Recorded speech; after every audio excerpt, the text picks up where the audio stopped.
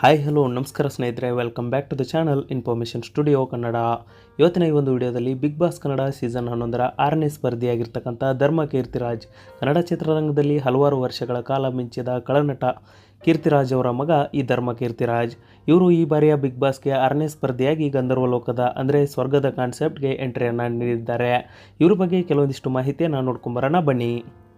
Big boss ಮನೆಗೆ entry ಕೊಟ್ಟಿರುವ ಧರ್ಮ ಕೀರ್ತಿರಾಜ್ ಅವರು ಈಗಾಗಲೇ ಗೊತ್ತಿರುವ ಹಾಗೆ ಚಾಲೆಂಜಿಂಗ್ ಸ್ಟಾರ್ ದರ್ಶನ್ ಹಾಗೂ ಹಲವು ನಟರು ನಟಿಸಿದ ನವಗ್ರಹ ಸಿನಿಮಾದಲ್ಲೂ ಕೂಡ ಕಂಡು ಜನರ ಮನವನ್ನು ಮೆಚ್ಚಿಸಿದ್ರು. ಕಣ್ಣ ಸಲಿಗೆ ಎಂಬಂಥ ಹಾಡಿಗೆ ಈ ಒಂದು ಅತ್ಯದ್ಭುತವಾಗಿ ನಟನೆಯನ್ನು ಮಾಡಿ ಎಲ್ಲರ ಮನದಲ್ಲೂ ಕೂಡ ಹೆಸರು ಮಾಡಿದರು. ಹಾಗೆ ಈ ಒಂದು ಕ್ಯಾಡ್ಬರೀಸ್ ಅಂತ ಕೂಡ ಹೆಸರಾಗಿದ್ದರು.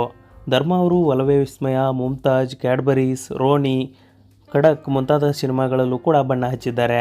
ಈಗ ಬಿಗ್ ಮನೆಯ ಸ್ಪರ್ಧಿಯಾಗಿ ತಮ್ಮ 2ನೇ ಇನ್ನಿಂಗ್ಸನ್ನು ಸ್ಟಾರ್ಟ್ ಮಾಡಲು ಬಂದಿದ್ದಾರೆ ಅಂತಲೇ ಹೇಳ್ಬೋದು. ನಟಿ ಅನುಷಾ ರೈ 5ನೇ ಸ್ಪರ್ಧಿಯಾಗಿ ಎಂಟ್ರಿ ಆಗಿದ್ದರು. ಈ ವೇಳೆ ಅವರ ಕಣ್ಣನ್ನು ಕಟ್ಟಿ ಮುಟ್ಟಿಸಿ ಒಂದು ಯಾರು ಅಂತ ಗೆಸ್ ಮಾಡಲು ಕೂಡ ಸುದೀಪ್ ಅವರು ಇವರನ್ನು ಕಿಚ್ಚಾಯಿಸಿದರು.